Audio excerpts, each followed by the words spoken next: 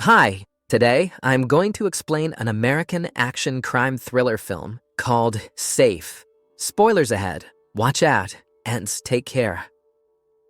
In Nanjing, China, lives a little girl named May. She is a gifted mathematician who can solve complicated mathematical problems in her head. She also has a great memory and never forgets any series of numbers she comes across. One day, May is walking home with her friends when a group of men abducts her. She is taken to a Chinese mafia leader named Han. The digital data of Han's criminal enterprise is traceable, hence, he wants to use Mai as his personal mental calculator who can memorize the data for him. Initially, the little girl refuses to cooperate, but when he threatens to kill her mother, she agrees to do as told. Under the care of their trusted gang member Chang, Mai is brought to New York, where she is hidden as his daughter. Somewhere else in New Jersey, former cop and cage fighter Luke is in an intense match with his opponent. He has set the match up and is supposed to lose, but he accidentally throws a good punch at his opponent and knocks him out straight into a coma. The win angers the head of the Russian mafia, Emil, who lost millions of dollars on Luke. Luke realizes that an angry gangster would mean that his family is in trouble. He rushes home, but is too late because the Russians rushed faster.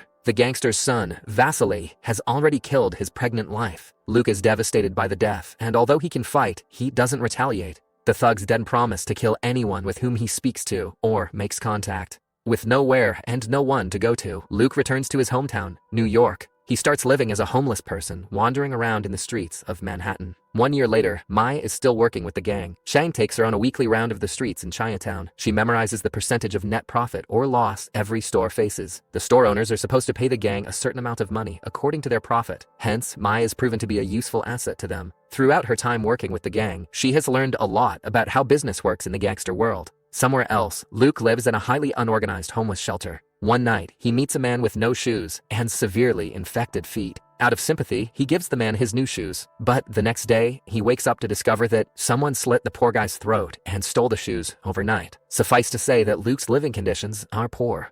Meanwhile, a lady working closely with Chang approaches Mai in the middle of the night and informs her of her mother's death back in China. It turns out that she was severely sick and in hospital. The following day, the leader of the gang, Han, comes to New York for the first time since he sent Mai. He has come with a piece of paper with a series of numbers on it. Mai is asked to memorize the number, which she does in less than 10 seconds. The numbers seem to be of great importance because Han burns the piece of paper to ashes, so only Mai would know what they are. After that, Chang takes her to the next location. Mai is told that she will have to memorize the second series of numbers when she reaches the destination. Everything goes according to plan until they are attacked by the Russian mafia, led by Emil, the gangster who killed Luke's wife. They are also after Mai because of the numbers she has memorized. A shootout ensues where the Chinese gangsters lose to the Russians, who abduct Mai. Somewhere else, Luke is having a bad day because a passerby stole his breakfast money. While trying to buy something, he bumps into his former colleague from the police force. The man instantly recognizes Luke and takes him to an abandoned building with his fellow cops. A long time ago, Luke debunked their corrupt ways of helping the local gangsters.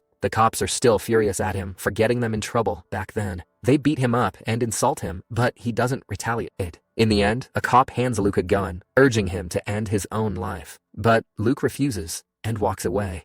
At the same time, Mai is taken to the Russian gang leader Emil, who asks her about the numbers. She soon finds out that the lady who told her about her mother was helping Emil the entire time. The lady also asks Mai to tell them the code, but in turn, Mai claims that the woman is going to die because she doesn't know how business works. Right afterwards, the men shoot her dead since she is of no use to them anymore. Mai knows she will suffer the same fate if she tells them the number, hence, she keeps quiet. Just then, a corrupt cop and one of Luke's former colleagues, Captain Wolf, comes to the Russian hideout to catch the criminals. However, he is not doing it for the law, but on the orders of the Chinese leader, Han. Emil calls the captain and offers him double the money than the Chinese gangsters to get away from his hideout. The corrupt captain accepts the deal and retreats. By this time, Mai has run away from the hideout without anyone seeing her. Both the Russians and Chinese gangsters start looking for her in hopes of finding her before the other group does. Mai eventually reaches the subway station where Luke is about to end his life. He is seconds away from jumping on the tracks when he locks eyes with the scared little girl and stops himself. He also notices the gangsters who killed his wife looking for the little girl. To run away from them, she gets on the subway, but the gang gets a glimpse of her and follows. Luke realizes something is wrong and makes it his mission to save the girl. He latches onto the subway and kills all the Russians on his way. One of them recognizes Luke as the guy they beat up a year ago. He is surprised as to how someone so submissive can defeat all their people in minutes. In the end, he is also killed, and Luke finally meets Mai. But as soon as the subway stops, she runs away with the crowd, mistaking Luke for one of the bad guys. On his way to look for her, Luke overhears a red alert code being relayed to all the cops. He registers that the girl is also wanted by the corrupt policeman, who will definitely hand her to the mafia. A few minutes in, two cops who beat up Luke earlier find the girl and try to take her away. Luke arrives at the right time and knocks them out in an instant, proving that he was staying quiet only because he wanted to. Mai still doesn't trust him, but gets into a car with him when the Russian mafia arrives. A high-speed car chase ensues in the streets of Manhattan. At last, Luke kills all the Russians, steals their wallets, and takes Mai to a fancy hotel. Somewhere else, the captain finds out that Mai was taken by force, not by the mafia, but by Luke. He is in shock because Luke hasn't been involved in anything crime-related since he left the police force. Meanwhile, after checking into the hotel, Mai starts to trust Luke and tells him about the numbers she memorized. Upon checking the format of the numbers, he figures out that it is the combination of a safe. Mai says she was supposed to memorize a second sequence before the Russians attacked, which means there are two safes with something valuable in them, probably being traded by the Chinese mafia. Just then, Chang finds out Mai's location using a tracking device in her phone. He and his henchmen arrive at the hotel and start a shootout. Chaos ensues as people start to run for their lives. Eventually, Luke gets into a fistfight with the gangsters, which causes him and Mai to separate. Chang gets his hands on her while Luke escapes before he is killed. He knows that he cannot leave Mai alone and is ready to do anything to get her back safe. So he calls the Russian leader Emil's son, Vasily, from a phone he stole earlier. Vasily is also the guy who killed Luke's wife a year ago. Luke pretends to be their gang member and claims that he has the number that everyone is looking for. Vasily believes him and calls him to a casino to deliver the said number.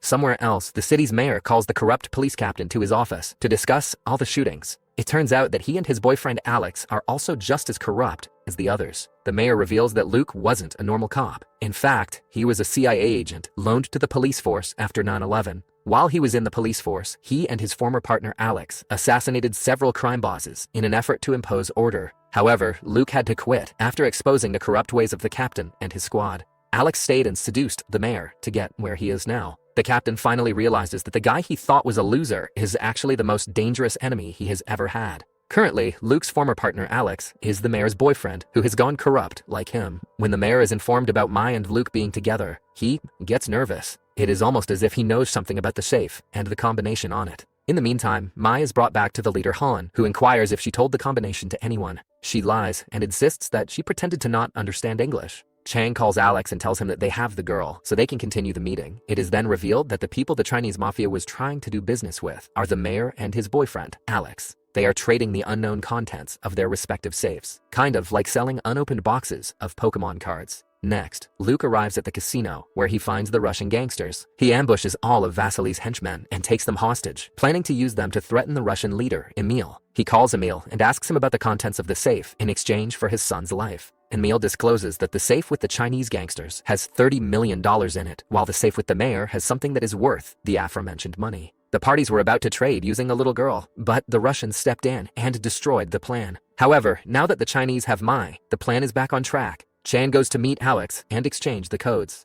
No, the only way for Luke to save the girl is by getting the $30 million from the Chinese mafia before the trade takes place. But he cannot do it on his own because the safe is hidden deep in Chinatown and protected by the most dangerous of the Chinese gangsters. So he asks for help from his former cop colleagues. They agree to help, but only because of the money. The group then walks into the hideout and starts a shootout. On the way, several gangsters and cops die, but not Jason Statham because he still has to fistfight some more people. When they finally reach the locker, Luke betrays the cops and shoots them dead, except the captain, who he holds hostage alongside Vasily. He also takes the money from the safe and makes his way to the mayor's office. On his way, he calls Alex and asks him what is in the second safe. Because Luke has the money, Alex is bound to do everything he asks. He reveals the second safe belongs to the mayor, containing a disk with data on every crime syndicate in New York. The mayor wanted to sell it to the Chinese, take the $30 million, and let the gangs deal with what they had to. Alex was about to hold the deal with Chang, but since the money has already been stolen, he tries to return to meet Luke instead. But Luke orders him to bring Mai along because she is an important asset. Alex follows the orders, kills Chang and his henchmen, and drives to meet Luke along with the girl. In the following scene, Luke breaks into the mayor's office and asks him for the contents of the second safe. Although the mayor is reluctant, he has no choice but to hand Luke a disk with the data.